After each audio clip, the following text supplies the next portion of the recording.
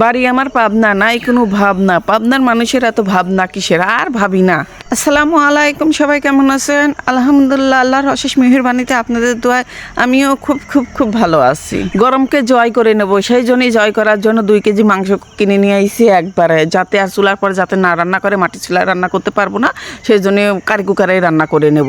সেগুলো যে 2 কেজি মাংস কাটিয়ে ধুয়ে পরিষ্কার করে নিয়েছি, তার সাথে যে পেঁয়াজ রসুন আদা মানে গোটা গোটা রসুন দিছি, সব কিছু ময় মশলা দিয়ে ঝাঁকানাকা করে মাখা নেব। হলুদের গুঁড়া, মরিচের গুঁড়া, সজের গুঁড়া, জিরের গুঁড়া সব কিছু একবারে দিয়ে দিছি, ও তার সাথে একটু লবণও দিয়ে দিছি, মানে ময় মশলা মাংস রান্তে যা যা লাগে সবটাই দিছি, কোনোটাই আর বাদ দেয়নি। তার সাথে আবার গরুর মাংসের মশলাও কিন্তু দিছি। আর গরুর মাংসের মশলা না দিলে কিন্তু স্বাদ কিচ্ছু লাগে না আমার কাছে। তারপর তো রান্না করবো কারি কুকারে, মাটির চুলায় না। মাটির চুলার রান্নার স্বাদ আলাদা, আর কারি কুকারে রান্না করার স্বাদ আলাদা।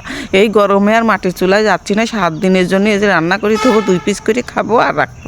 আর এই জ্বালার কথা কি কব, এই জ্বালার অত্যাচারে আর থাকতে পারলাম না। ভয়েস দিয়ে আর শান্তি পাই না। যখনই ভয়েস দিই তখনই প্যাঁপু রাজ্য দিল 3টির সময় ভয়েস দিবি লাগে, তাও প্যাঁপু। এত গাড়ি শব্দ আসে করনি আল্লাহ জানে।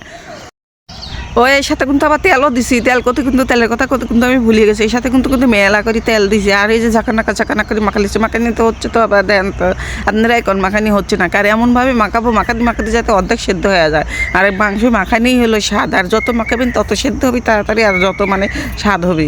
সেই জন্যই তো করলাম যে পাবনা মানুষের ভাবনা নাই, একবারে মাংস রান্না করে দেবো 2 পিস করে মামিয়ে খাবো আর থাকবো। আর এই গরমে আর রান্না বান্না করার জন্য আর একটু ভাতে ভর্তি একটু দেবো, হয়তো বা একটু ভাতে ভর্তা একটু দিয়ে খাবো। এই যে তুলি দিলাম কারি কুকারে দিছি, এই যে বলক একটু উঠে গেছে। আর এই কারি কুকারে কিন্তু রান্না করতে বেশি পানি ব্যবহার করা লাগে না, এই যে পানি থাকে সেই পানিতেই সিদ্ধ হয়ে যায়। আর আমি আর পানি দিইনি, কারণ আমি হলো ভুনা করবো, এই জন্য যে মাংসের পানি বাড়াইছে ওই পানি দিয়েই সিদ্ধ হয়ে গইলে ফেতা হয়ে গেছে। আবার কবির পারেন ভাইরা জানরা, আবার কবির পারেন যে মাটি চুলায় রান্তি আবার কারি কুকারি খায়। ওরে ভাইরে, যে গরম পড়তেছে পাবনা জেলায়, এর মধ্যে আর মাটি চুলায় রান্না করা অসম্ভব। ঠুস করে যদি পড়ে যায় তখন আমার মাথায় পানি ঢালার মতন কেউ থাকবে না। কারণ আমরা মেয়ে বাড়ির থাকি, মাথায় পানি ঢালার মতন তো কাউর লাগবে, কেউ নাই মাথা। ওই সেই জন্যই সেই ঠুস করে পড়ে যাওয়ার ভয়ে এই যে কারি কুকারে রান্না তুলে দিছি।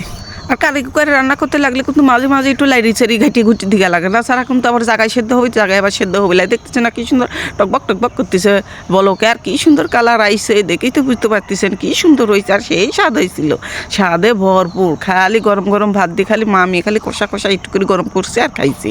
আর ভাজা হয়ে গেছে পরে। আমার আদা মাদা কিন্তু হয়ে গেছে, দেখছেন কি সুন্দর কালার হয়েছে। আর ভুনা খালি খাইবেরই ইচ্ছে করছে, এতই স্বাদ হয়েছিল।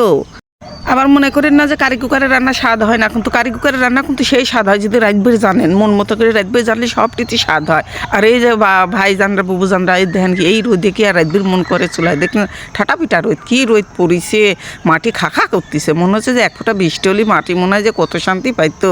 আজ এই পর্যন্ত টাটা।